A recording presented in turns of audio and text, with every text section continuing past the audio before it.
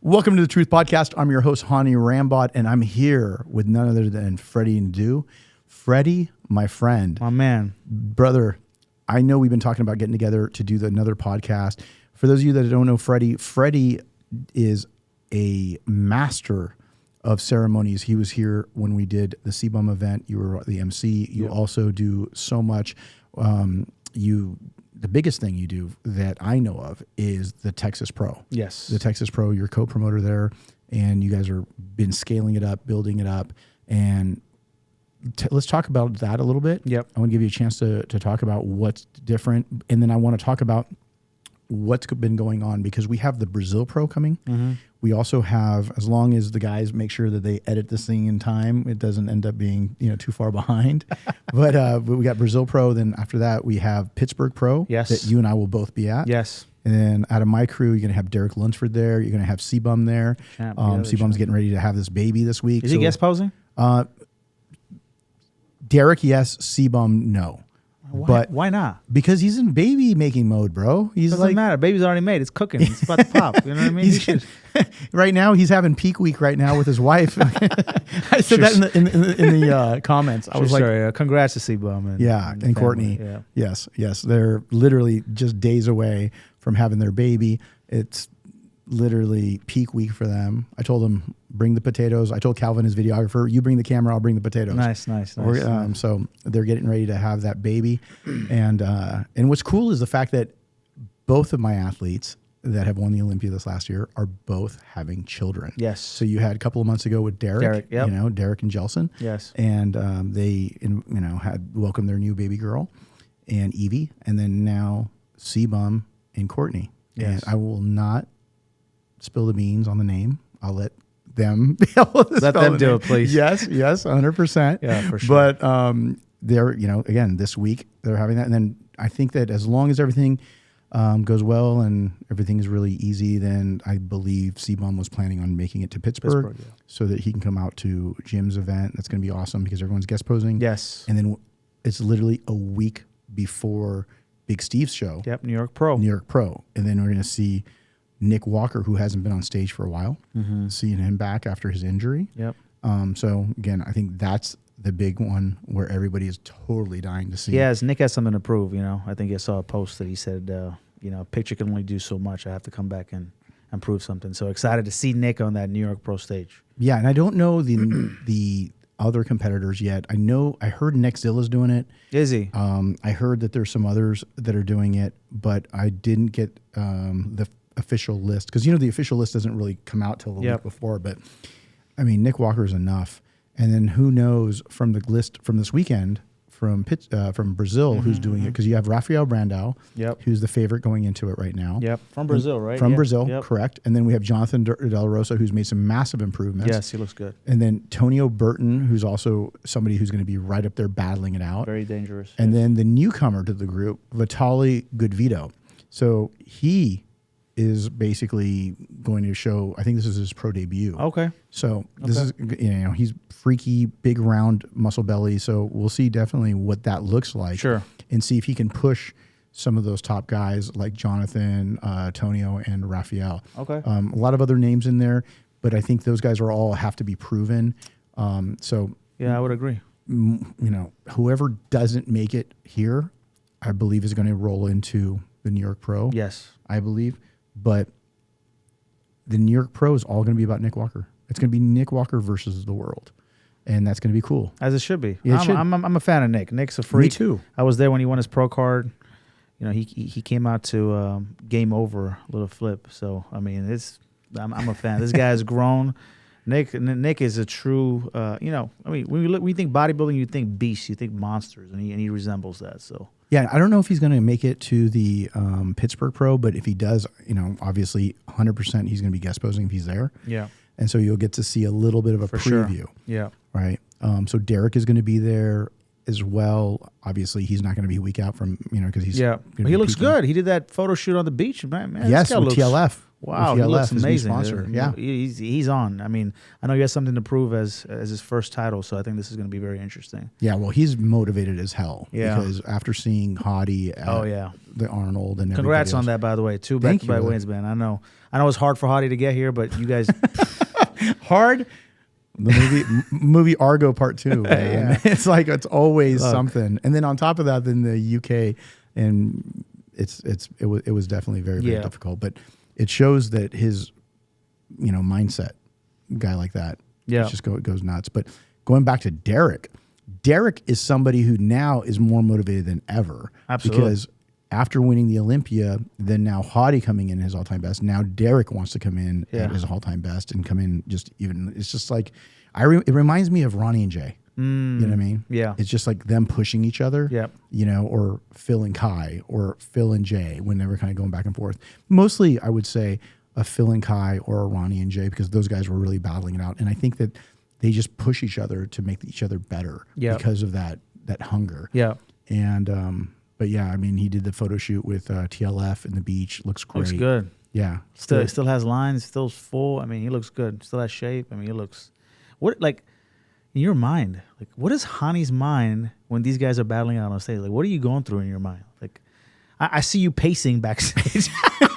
Let's get backstage or front stage, side stage. I'm running around doing cardio. You're taking 20,000 steps. Like, you're taking a knee. You're running backstage. I'm like, what? Like, what are you? Like, what are you thinking about? Well, I'm just trying to make sure everybody is set. When you have a dynamic show like the Olympia, which the guys aren't getting on stage till 10 or 11 o'clock at night. And there's sometimes, because of all the classes that are going on, you have this wide range that they could step on stage on in terms of timing. Yeah. You got to try to turn around and be able to say, okay, I'm not going to have an optimal peak of 15 or 10 minutes. You have a 2-hour window, if you're lucky, 1 hour. And so what's happening is all I'm trying to do is just make sure that everybody's set up, their color's right, oil's right, food is right, everything is going into it. And so that whatever I'm trying to do in terms of peaking allows my two guys to be there at the end. Yeah. Right. To try to be in the battle and then doing whatever they can do to be able to really be there at the end. So in my head, somebody asked me this the other day when I was in the UK. Is it anxiety? Is it stress? Like, what is it? Stress. It's stress. Right? Yeah. But it's stress, but not like a nervous stress, just a stress of how many things do I have to think about at that given moment, right? Absolutely. So I'm going through the whole checklist in my head, right? Like, when was the last time they ate? When was the last time they drank? When was the last time that they had just their color looked at to make sure everything is good? Because again, all of these things matter, man. All of these things matter. And is there anything else that I need to tell that specific athlete? Sure. And it would be very different, like what I would have to tell Derek versus what I have to tell Hany versus what I would have to tell anybody else. Chris Bumstead, right before that, winning his title, and now he's going for number 6. Like, your brain is mush. Like, man, kudos to you for doing what you can. Not many people can operate in that level of, like focus, but you've done it. You know what I mean? And like the number of titles that you've put together is absolutely crazy. No, I appreciate it, brother. I think that what it really boils down to is just making sure I can turn off the noise. Yes. That's what makes the difference. And I think that what has allowed me to level up in the last several years is just being able to turn off all the rest of the noise for that given time. Yeah. Whether it's 3 months before the show, then in 2 months, and then the last week, the last 3 hours, the last 3 days, all of those things, you have to be able to really focus. And I feel like I've gotten better at being able to handle my stress and being able to compartmentalize. And I think that's allowed me to be able to create better outcomes because I'm making better decisions. For sure. But it's just a matter of not allowing your anxiety and your stress to get to you. Yeah. And saying, okay, let's think of it pragmatically. What's going on with a physique, after you give them. I mean, you competed. You were at the Olympia level. Yeah. And you've won several pro shows. How many shows did you win? At least 2, right? Two, for sure, yeah. And so in men's physique. And I think that some people are just really happy to be there. And that's okay. And they're just like, hey, look, dude, all my goal right now is to just get to the Olympia. Then you have others that say, okay, I've proven that I belong here. Now I want to be in the top 10 or the top 5. And then you have others that say, look, I'm really battling this out. I know I could win this. And I feel like the people that are really strong mentally are the ones that are telling themselves, I could win this. Okay. And then they're willing to not self-sabotage, because the number one issue that athletes get to and have at this level is that they are trying to find an out. And what I mean by that is that they find something to allow themselves to check out and self-sabotage. Got it. And it could be diet related, or I'm not going to do my cardio, or I'm, I didn't get all of my meals in, so today I'm not going to train, or I'm not going to train as hard. Some reason to turn around and bitch out about cardio training, continuing the diet. Those stresses that fall upon you as a competitor, especially at the highest level, absolutely, are going to either strengthen you or they're going to crack you. And I think most people, that's what's happened, and that's why a lot of people with amazing genetics didn't work out winning the Olympia. Let's just touch on something. You said stressors, right, that break people, and one of the stressors for me, 2016, and you've been to multiple. When was your first Olympia? Oh God, I can't even remember that far back. 1990. I want to say it was either 96, maybe 96. So maybe 96 or 98. A decade and some, right? Yeah, something like that. So in 2016, right, this was when Instagram maybe existed, right? What I'm getting to is, as an athlete, I was trying to focus backstage. I'm sitting next to Big Ramy chopping down on 16 potatoes, right? And next thing you know, Sylvester Stallone walks in front of me, and I'm trying to keep my pump, right? And then Arnold walks right by me. And then Phil walks right by me. And then who was it? And then The Rock. I think that's when he got up on stage and did his whole, you know what I mean? So again, that was me trying to focus on my first Olympia. That was a 16, I think. Yeah, it's 2016. Yeah. I was there backstage. I'm telling you, I lost my pump. I was like, forget this. Let me just get on stage right now, right? Now in today's world, right? You have people doing selfies and Instagram and video posts, and if you see a Brazilian, and let's talk in Portuguese and give my people back home in India a shout out. So what is that stressor when the change of environment and where Instagram and bodybuilding lives today, has it affected our athletes? 100%. I think I don't know how much it affects it for the good or bad. I think it changes the narrative. Yeah. Because so many people are backstage now, and they're doing lives, or they're doing selfies, or they're thinking social media. And not to take anything away from that, but you're there for a show. Mm-hmm. Win the effing show. That's what you got to do. Yeah. Focus on being the best version of you. Is your tan right? Am I oiled up? Am I making sure that I'm going to keep all of my body parts? Like, am I keeping my midsection tight when I'm walking up on stage? Am I going to make sure I'm going to really hit those abs in that vacuum? Am I going to make sure I don't lax up on my legs when I do a front double bicep? Yeah. All of the things that you need to go through in your head. If you're thinking about, oh my God, I got to go get a selfie with somebody. I don't know. For me, I come from the old school Dorian Yates background, where all I should be worried about is your show. Mm-hmm.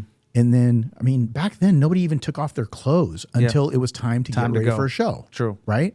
When I was competing back in the day, forever ago, quarter century ago, I was like the same way. I wish I wasn't, because I would have had a lot more pictures and a lot more things of saying, hey man, I was a natural bodybuilder. I was 151 pounds on stage. But at the end, I should have been proud of what I did, but it was never good enough. So that I was just like, you know what? You always wear the sweatshirt until you take it off. And then maybe you wear a stringer for a couple of days after the show, because that's when you look your best, because you got that sodium pump and you're still tight, at least for that week. And then after that, sweatshirt goes back on, and then it's time to, try to grow again. True. But I feel that nowadays, those people that are worried about doing that, and again, me and Phil joke about it because it happened at the Ironman in 2008. He was on stage and people were trying to take selfies with him, and it was during prejudging. And we were joking. I'm like, dude, get back on stage. They're going to call you out. Yeah. And he's like, bro, the guy was trying to take a photo with me. And I'm like, yeah, but you guys are still competing. Exactly. You have prejudging going on. And he goes in there and obviously he smokes the show. But he ended up just laughing. We still laugh about it because people were just happy to be there. Correct. And there were like fans that were competing against him, that were doing pictures with him. But I'm just like, that's not the right time or place. Do it backstage, after prejudging, before the night show, or after the night show. Get those photos then, do some cool stuff, do a little videos, do some selfies, do some boomerangs, whatever it is you're going to do. But focus on the damn show, because you have a job at hand. Correct. Come in your absolute best, come in at the highest placing possible, and then turn around and worry about your social media. Yeah. So that's just my thought process. But again, many others don't think the same way because they're just there for content. Yeah. And again, I'm So nothing be it. against You know, it. that's what I was talking about, the out. Like I saw very few people, like, you know, C-Bomb, Ryan Terry, as a matter of fact, you know, he represents the UK and England. Like this guy didn't pick up his phone. He's, you know, he stayed there, pumped up, looked at his chest. He was, so there are very few folks that still keep this mentality of like the Dorian Yates, like I'm focused. I'm here to win. You know, and Ryan Terry did what he was supposed to do, right? He won the Mr. Olympia for the very first time, and what a comeback story there. So I think that's an out there too. Yeah. You know, absolutely crazy. Yeah, and Ryan looked amazing. Yeah, and I think that he was just a little bit before his time. Yes, early on. Yes, and now I think he's just hit his stride. Yes. So we'll see how that looks coming up for this Olympia. But and a super good guy, great family man. I love him. Yeah, he's a great guy. We got to actually get him on the podcast. We can bring him out to Dallas. Ryan Terry, come on the podcast. Yeah, get on the podcast. Maybe I'll bring him down for a Texas Pro. Let's see if he's available. Yeah. I think he's going to be in a couple different spots. I think he's going to be in Mexico. I know there's that Fit Weekend coming up in Mexico coming up. I believe I saw his name on there too. Derek's going to be out there. I'm going to try to make it out there. But yeah, I think that, again, he's going out there and he's just really helping promote the sport, which I love. And I think that he's a great representative. And I think that going forward, it's really about just making sure that you don't self-sabotage. That's the bottom line. Because that's where you kind of just want to create a situation where it alleviates the pressure off of you. And I think so many people had done that. I would love to bring Flex Wheeler on because I don't think that there was anybody that had more pressure on him to win the Mr. Olympia because of his God-given genetics than someone like Flex Wheeler. Not even Kevin Lebroni. I think Flex Wheeler was the most genetically gifted athlete in the world and in the history of bodybuilding in a lot of ways. And I feel like a lot of that pressure really probably got to him. And I know that him and I have talked about some little things here and there in passing, but I definitely would love to hear how he thinks of it now compared to what it was 20 years ago. Okay. Yeah, I know he's tried to come out to the Texas Pro for the past 2 years now. So maybe we'll bring him down. Yeah. You know? Yeah, we got to get him out here to Dallas. And the great thing about Dallas is that all you need is a long layover. We're 12 minutes away from the airport. Talking about laying over in Dallas, you know what? This is the truth. Let's talk about something else. All right. We're talking about bodybuilding. We can go about bodybuilding all day. You had the People's Champ in this same building. The Rock was here. Yes. He was at your gym. Yeah, he came by. But what was cool about it is the fact that it was when Hany was getting ready for the UK. Yep. And he came in on a late night, got a workout in, and he's always super, super nice. Everybody asks, is he really that nice? Absolutely he is. But what was also really cool is the fact that he right now has become a heel in the WWE. He's become a bad guy. Yeah. Right? Yes. So we have WWE. You have that gigantic WrestleMania coming up. And it's supposed to be like the biggest WrestleMania ever, the biggest buildup ever. He's literally beating people's asses on every week to week. He spanked Cody's bad. Cody just got literally not only bitch slapped, but he got bitch bled. Yes. I mean, he just tore him up.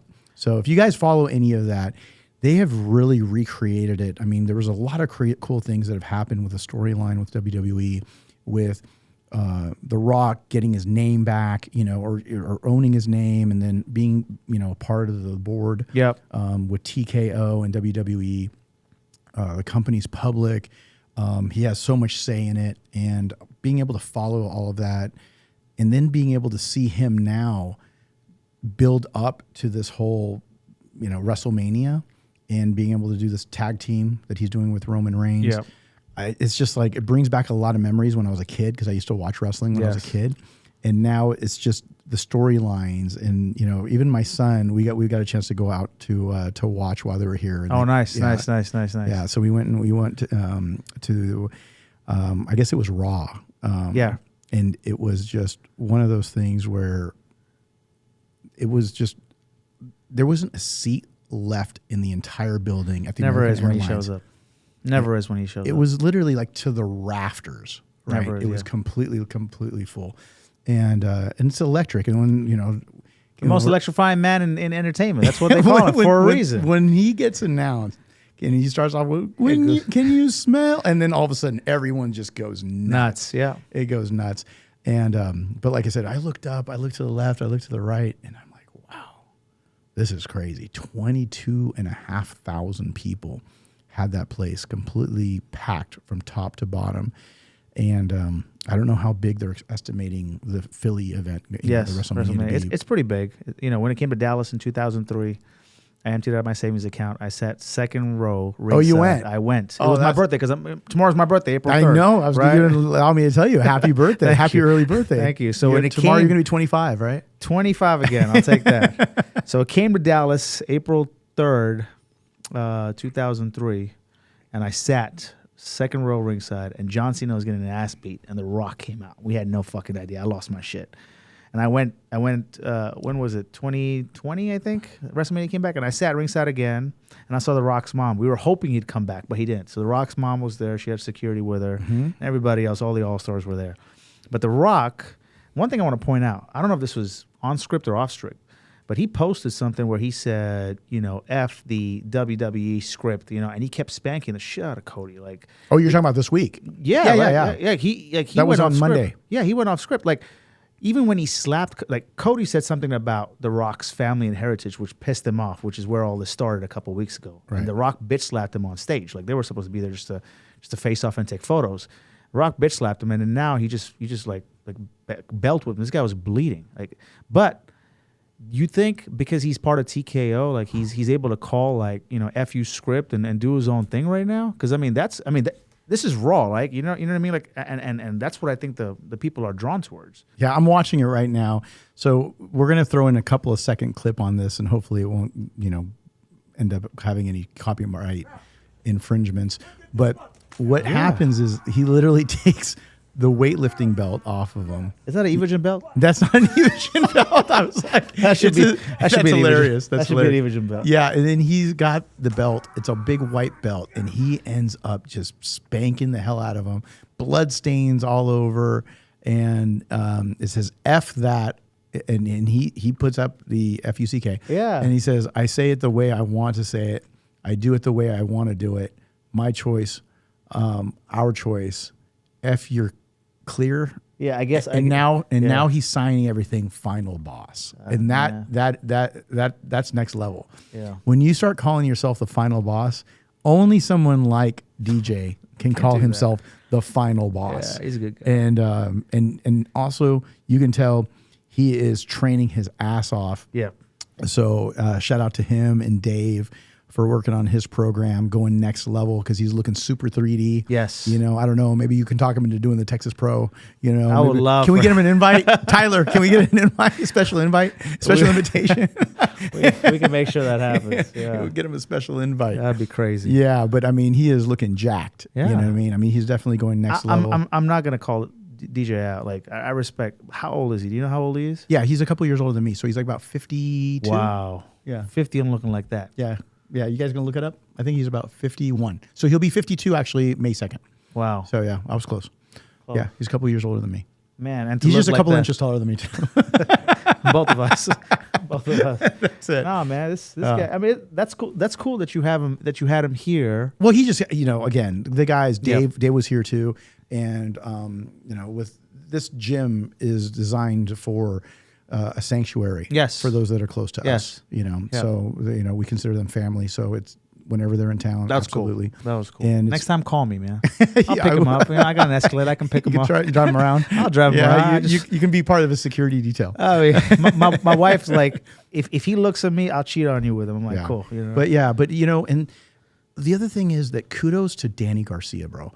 Look, yes, Dany, and she doesn't get enough in terms of the attention she deserves for and the accolades for all of the things she's done.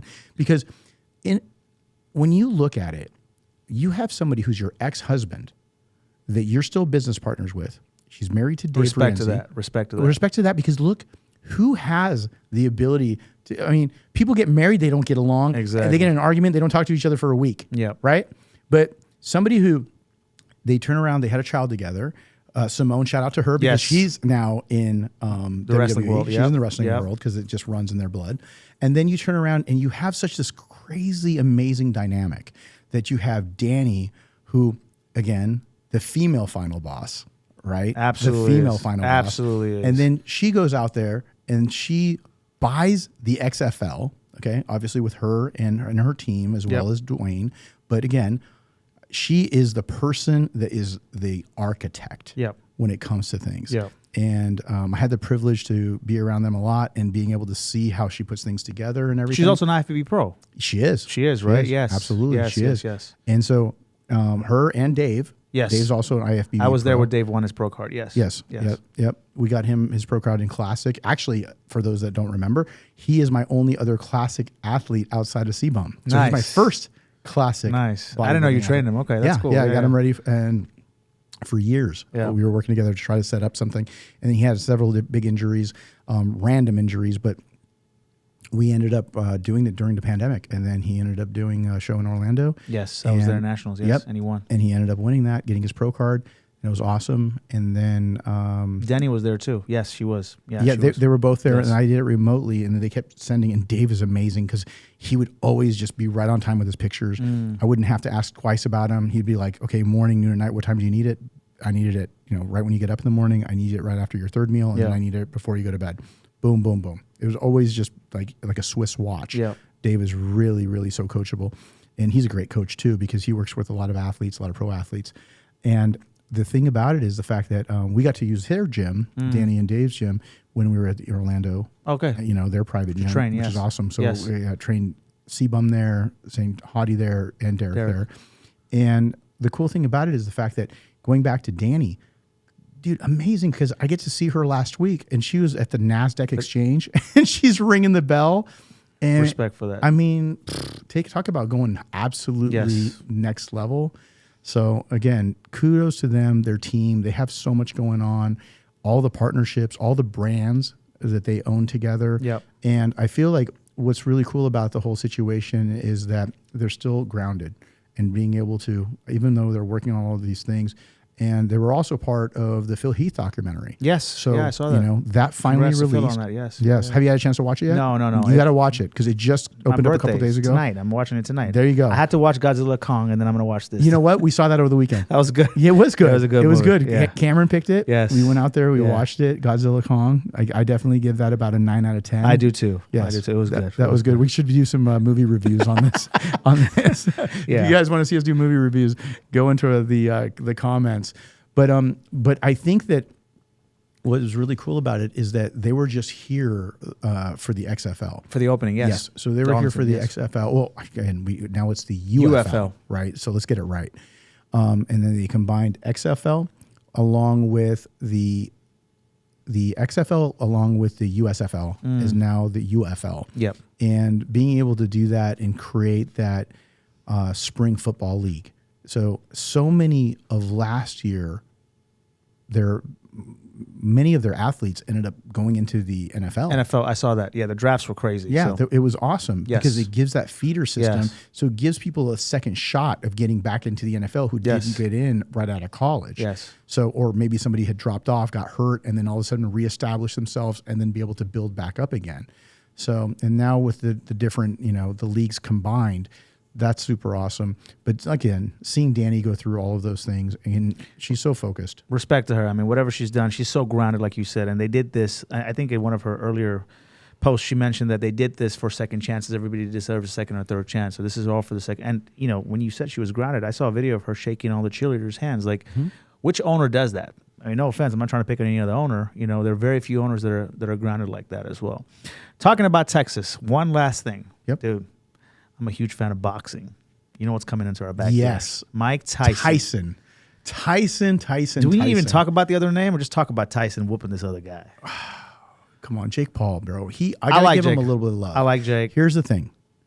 Jake has definitely moved up the ranks. Yes. His skills have gotten better. Can we agree? Yes. Okay. Yeah. So we agree that Jake Paul, he is, 30 years? Is it really 30-year difference? Holy shit. 30-year difference between 57, Mike Tyson, 27. The stats are fights, Mike Tyson, 58 fights, Jake Paul, 10. Wins, Mike Tyson is at 50, and Jake Paul, 9. Losses, 6 for Mike Tyson, 1 for Jake Paul.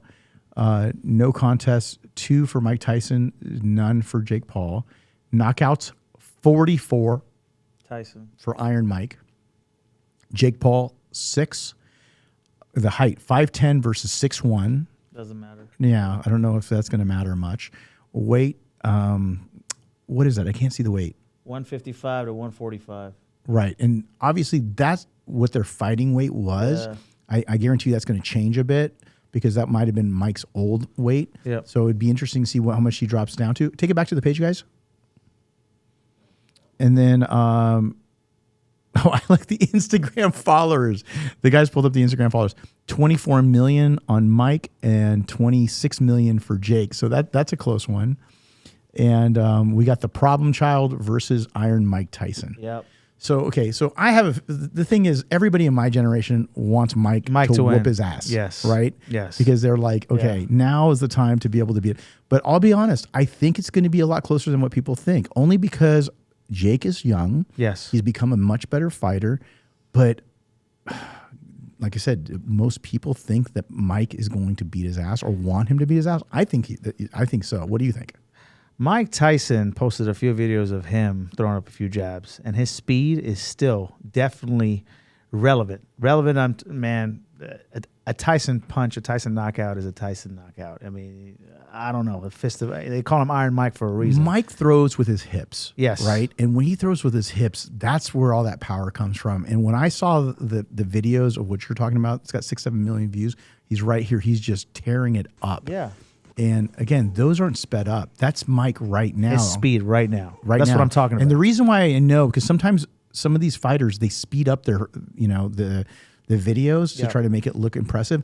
And the way you can really tell is the background. Yes. Right? So whether it's the person that they're sparring with or it's like the background, if the guys are walking through the background and you can sit there and say, oh, okay, the guy's walking in normal speed. You can tell it's not sped up. Yes. And then he's going at it. And he looks like he's leaning out right now. Yep. He's shredded. He got abs. Yeah, man, we got to send him some Evogen. Send him some Evogen. Got a little EVP Extreme on there. Yeah. But yeah, I mean, but believe me, I would love to see what the betting odds are. What do you think the betting odds are on that? I don't know, but I'm betting on Mike. I mean, don't get me wrong. Arlington AT&T Yes. Stadium. Okay, it's exactly where. It's going to be live on Netflix as well. July 20th. Yep. It's right a couple of weeks before your show. Yep. We should go. Man, that place is going to be packed. We should go. Good luck getting good seats. I'll get good seats. We'll figure it out. Yeah, we gotta turn around and man, this is gonna be a good fight. It is gonna be a good fight. It's gonna be a damn good fight. I mean, Jake. Kudos to Jake. He's a newer fighter. I like him. I mean, his brother Logan's part of the WWE, and he's his name's grown as well. Yep. So they both shout out to both of them for evolving. Yes. They have evolved from just the basic I want to be a YouTuber. Yep. I mean, Jake is still working his ass off as a boxer. Correct. And I think you got to give him some respect for that. Yeah. Now the question is, can this legend bring it back and turn around and There's been a lot of stories. George Foreman knocked somebody out. You know what I mean? I came back from retirement. Mike Tyson might just do this. I don't know. I don't know. Pound for pound, Mike Tyson's punch is a knockout punch. That's it. If he gets caught in one of those, it's game over. I'll be honest with you. Mike was somebody that we used to go and watch the fights. And then we would go. I had a buddy, his name was Glenn. Shout out to Glenn Cedarholm, Pioneer High School. And we used to go to his house. We would watch the fights. And afterwards, everybody would want to fight. You know what I mean? For sure. Everybody just I want to bite get people's ears off because of Mike Tyson. So. Exactly. And Glenn was nuts, right? Yeah. My buddy Glenn, he was so crazy that talk about good stories. One of these days when I write my book, I got to talk. He's going to have his own chapter in my book because he ended up getting in a fight one night, probably not far after one of these things. And then he ended up beating up 5 guys. Oh, wow. Yeah, 5 guys in a parking lot. Wow. And put a couple of them in the hospital. Wow. Because he used to train Kaju Kembo. And it was a martial arts that was just about taking people down. Down, yeah. And then so when we'd watch these fights, man, he'd just get all into it and stuff. And he was a soccer player. He was a goalie and probably like 6'1", about 230. Big boy. Big boy, Yeah. Especially in high school. Yes. Built. He's super strong, powerful, really fast.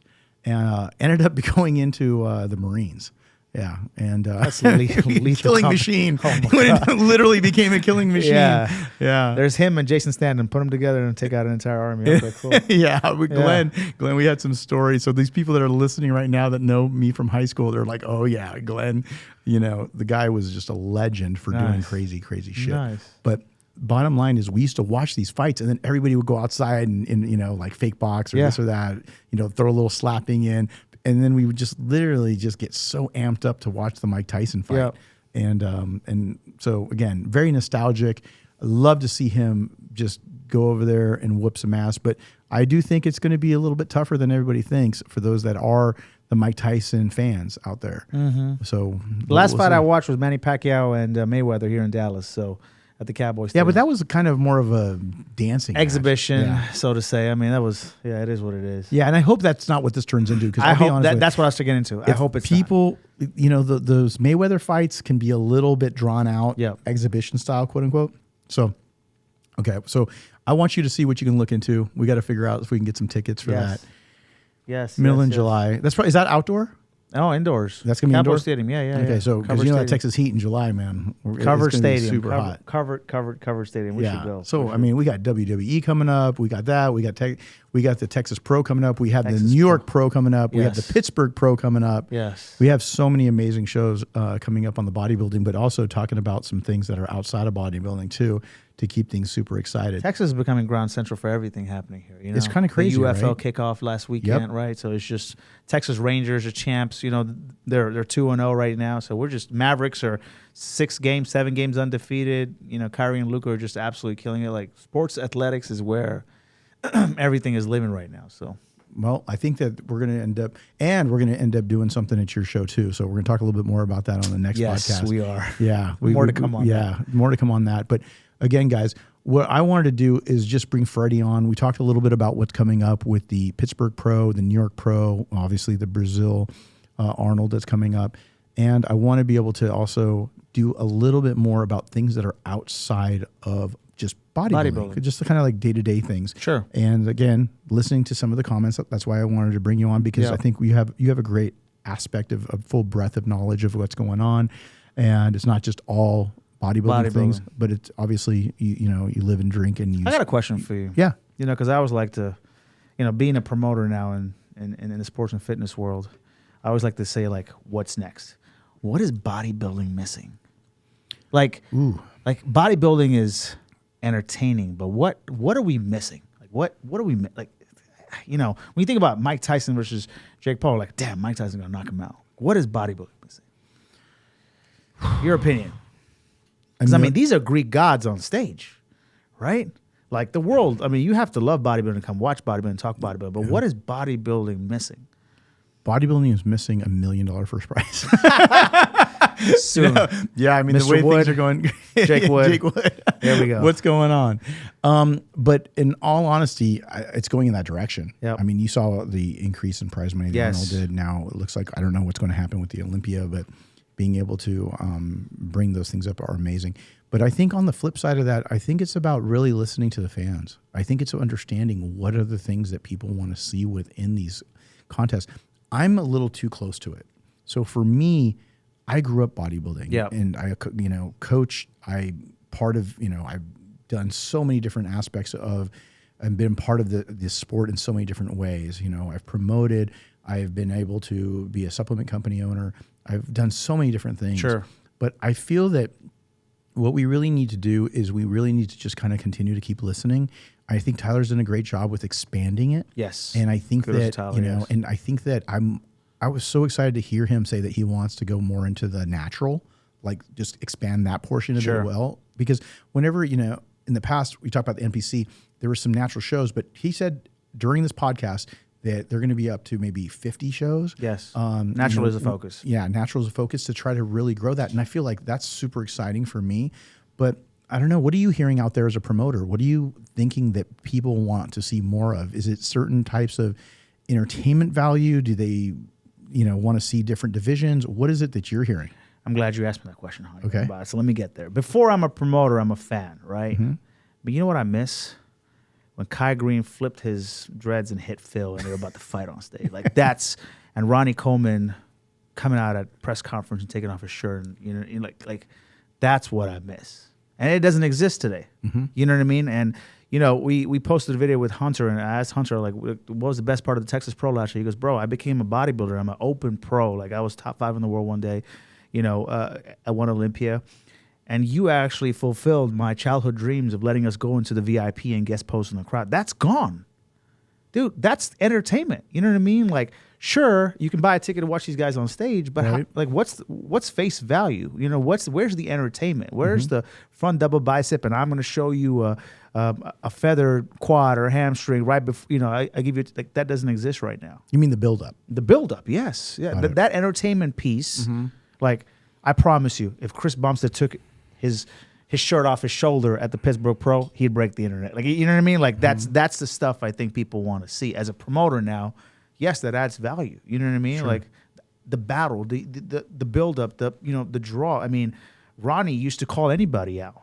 Right. Jay tipping Ronnie, dude. I get goosebumps still today. And Ronnie, Jay coming back, like that's bodybuilding. Phil winning it, and Phil battling it out. That's why I want to watch his movie on my birthday. His documentary? Because I grew up watching movies like that. The build up. I think that's what bodybuilding is missing. I mean, as a fan, truly as a fan. Yeah, no, I definitely think that there's some things that can be done about the build up. It's just a matter of doing them right. Yes. Because I think what ends up happening is you had Vince McMahon who tried to incorporate wrestling with bodybuilding. That didn't work. No. Right? Because it was way too scripted. It didn't seem genuine. Correct.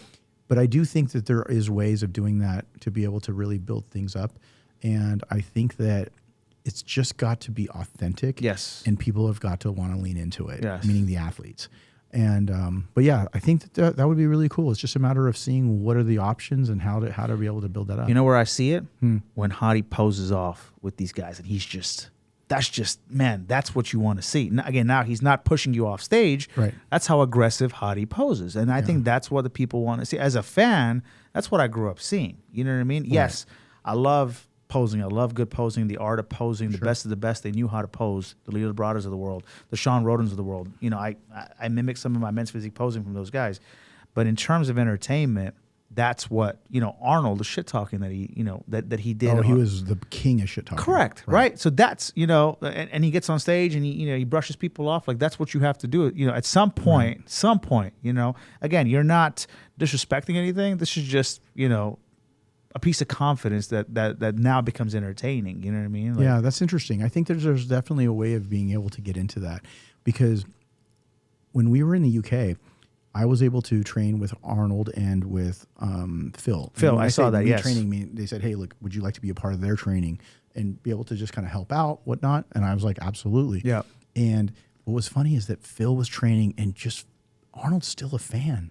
He's looking at him. He's like, "Look at his arms; they're fantastic," And it's just like, and he was still geeking out over Phil. Yeah. And they're both 7-time Mr. Olympia. Yeah. So I turned around and I just thought to myself, I'm like, dude, Arnold is amazing to that even in his 70s, and I believe he's like 76. And unbeknownst to us, he had a heart condition, and he was going to have surgery a couple days later. Wow. And I believe he got a pacemaker put in. And knock on wood, everything is going well, and I think he's definitely feeling better. Just to optimize his heart and some issues that he's had in the past. But he's still a fan. And what I saw was that when Phil was doing curls, I just turned around and I go, "Come on, Phil, let's go." And Phil was kind of getting into it, and I go, "Arnold, Arnold, Arnold." And then afterwards, he kind of, Arnold looks at me and he's like, "Oh, I get it," right? Like, that's clever, from the movie, when, Pumping Iron back in the day, in 75, when Ferrigno and them and his dad were going, "Arnold, Arnold." And it was just funny. But like I said, it's hard not to be a fan. That's it. And I feel that you're right. I think there was a lot of that shit talking. People were pushing each other. And it was genuine too. Yeah. Like, it was genuine. They truly were like, "I'm going to come take you out." Yeah. I remember George Farah said that Phil Heath is going to no longer be competing after he was done with him. And in terms of like, okay, he was going to bring Kai in so good that Phil was going to retire. And there was a lot of genuine shit talking at the highest level of that. So those are things that got us going. Exactly. Right? That's what I'm saying. That's what I'm saying, So, you watch Rambo and you watch Terminator and you watch bodybuilding, right? And they're all like Like I think that's what we're truly missing. Yeah. You know what I mean? I wish Jarek Lunsford had a side like that was, you know what I mean? Like he's a great guy, like a respect. Yeah. Shout out, because you're a girl dad too, because I'm a girl dad, and C-Bell, like girl dads rock. Sorry, bro, but I love Cam. And on that note, but I mean, if you were just a little aggressive, like when Phil got up and said, Derek, you need to be looking at that you know, your trophy, the Sandow, bro, that, like, I'm over here producing sound, and I had goosebumps when Phil got up and started like shit talking everybody. Like, dude, that's what we're missing. Like what Phil did at last year's press conference is what we're missing in bodybuilding right now. Yeah, and not everybody's wired that way. Freddy. True. That's the thing about it. Not everybody. I mean, Phil comes there's a out, reason why he's called the Dream Killer. You know, True story. I mean, Yes. Phil had a dark side to him. Yeah, and Phil brought it out. I mean, he wanted to go off, and it was one of those things where you had to like kind of back him off a bit sometimes, but not back him off like, hey, don't do this. It was like, okay, hold on. Okay, now go. Release. Yeah, exactly. Yeah, release the Kraken. Yeah. And then you go out there. But again, even on this documentary, I mean, dude, it's dark. Yeah. It's not a like, hey man, this is what he did and everything else. There were some different points of his life that he went over that were very dark. And I think that's what most people have been very amazed with about this documentary. And being we able call to this talk the about truth, it. right? Yeah. Let's just talk about the truth. When you're bodybuilding at that level, there's already a dark side. Like there is no denying that. There is already a dark side, a tunnel that you have to go through to forget everything else to be where you need to be, right? Even if it's small, 10%. And I know everybody has it. That's just the normal fact. Like at the end of the day, you can put on a show and be God's child and whatever else. But at the same time, there is a portion of you that's competitive that's puts you on the top. And that beast inside of you doesn't have to be dark. It's the truth. That beast needs to be let out. That's just what I'm talking about. You know what I mean? Yeah. Like, I think there are a lot of people with potential that can actually elevate that to make this sport entertaining. And if you're on top of the food chain, you know what I mean? Maybe coming in character might make sense. Again, you asked, you know, what do I think? That's what I think bodybuilding is missing. You know what I mean? Yeah, but let me tell you why Phil was the way he was. Phil was the golden child. In the very beginning, everybody loved Phil. 2009, 2010, 2011, 2010, he could have possibly dethroned Jay. They were really great friends. Then next thing you know, flip the script. Phil wins 2011. Jay has the bicep tear. Obviously, I know the story very, very well because I coached both of them. And then when Generation Iron happened and then he became villainized because of the movie, the docudrama. Yes. And they said, act this way, be this way. And then he got the bad end of just the dirty end of the stick when it came to, hey, look, this guy is a villain. He played the villain. And what happened is he ended up becoming that person. And I've talked about this many times on the podcast. So then at that point, it was like you see him, like, you know, lash out at people online because it's like, how do you deal with that? Nobody knew how to deal with that because he was the first internet, the first social media champion. Dorian didn't have to deal with that. Ronnie Coleman didn't have to deal with that. Jay didn't have to deal with that. Yeah. None of the guys before him had to deal with it. So now it's all forward facing on social media. So he went from the golden child that everybody loved. And they're like, oh, the green-eyed champ, this and that and everything else. Everybody was in love with him.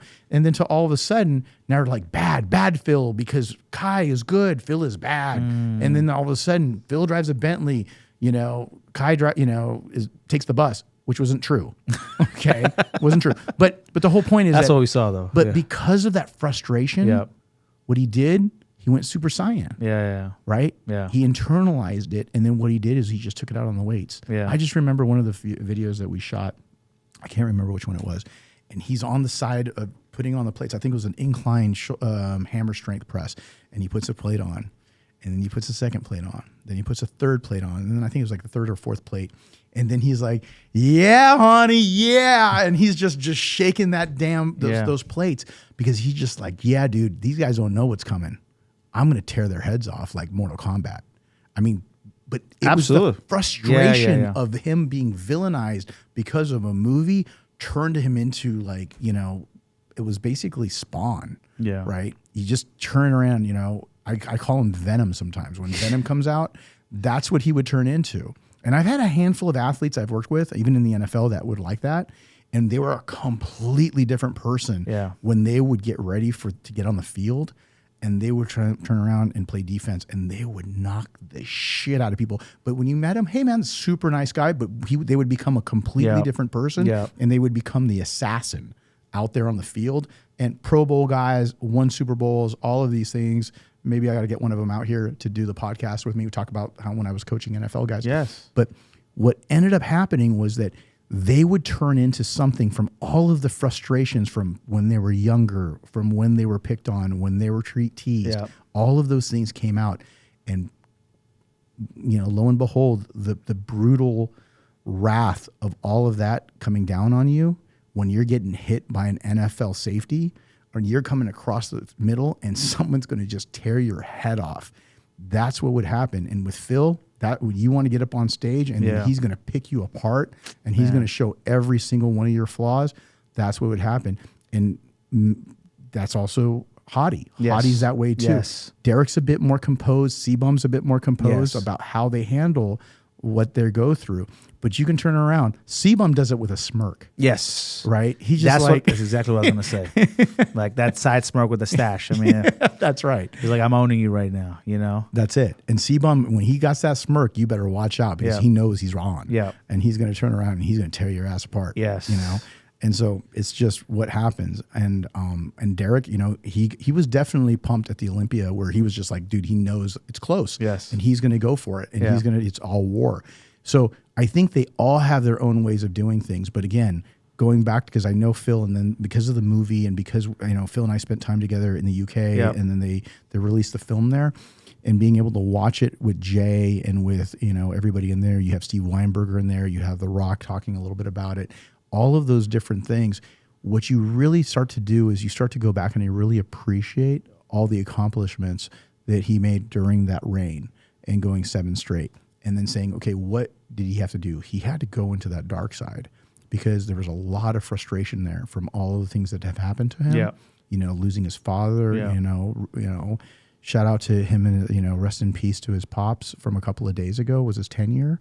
I believe it was 10 years since he had passed away. Yeah. And I just, like I said, everything is just a completely different human being when you turn that energy. I agree. And focus. I used Phil's, so I'm a Jay Phil era in terms of bodybuilding. I mean, first time I saw Ronnie Coleman was at Applebee's when I saw his calves sticking out, because I went to UTA here in Arlington, right? But I'm a Jay and Phil era, I should say. I focused so much on Phil's training and his mentality of training. Guess what's the first pro show I won? The Phil Heath Pro-Am. He gave me my award for qualification for Mr. What year was that? 2016. Wow. How crazy is that? That's why I'm a fan of Phil. You know what I mean? That's what I miss. I never want to intrude on Phil. Whenever I see him, I shake hands and we have great conversations. But I think that's what's missing. And again, maybe that's the next, whoever's coming out of the woodworks but I think that's what bodybuilding needs, right? Yeah. I think that's what bodybuilding. So let's put it this way: if you're already that way, you don't need to hide it. Yeah. That's what needs to happen. Yes. But if you're not that way, try not to be that way just to be that way, because it's not going to be a good look. It's forcing it. Yeah, it is. And that's where I think that's the difference. I think Andrew Jack's going to be the next guy. You think so? I think he's too chill, bro. I think he's going to be so lethal. I think he's going to be so lethal. I'm not saying he can't be lethal on stage. I'm just saying, dude, the guy's he's like a giant teddy bear, bro. I know. He's just such a nice guy. But I think he's holding back. Like once is he still working with Lewis? Maybe. I mean, Chris trains him. Okay. I think Chris Aceto was his coach, and Chris Lewis was like his training partner or whatever. Okay, so does he still have that team? I don't know. I don't know. Yeah, I haven't been up on because I know there's people that have been shuffling around. Yeah. I know the Milo situation happened too. Yeah. That's another podcast, guys. I know you guys, I would love to give you my take on that too. That I want to give you my take on the whole situation with the Samson Dowda, Milo Sarchev thing. Because I think that watching that gives me a lot of perspective. And so I definitely... That's for another day. Yeah. I mean, that's a whole nother conversation. Okay. Yeah. Okay. Yeah. But guys, let us know what kind of subjects you like us talking about. Okay. If you like the format, make sure you'll go down into the comments below. If you're listening to the podcast, go to the YouTube page and make sure you comment. And again, I'm going to put Freddy's link on here on his Instagram page too. And we're going to do a big build up for the Texas Pro that's coming up. So Freddy, thank you again, brother. No, thank you. So thank you. We got a lot more things to talk about. And one of many for 2024. Yes. Yeah. So definitely need to get you back on here. And then we'll talk a little bit about the Thank you for having me, guys. Yeah. Be safe. Hany Rambod, Freddy, that's the truth.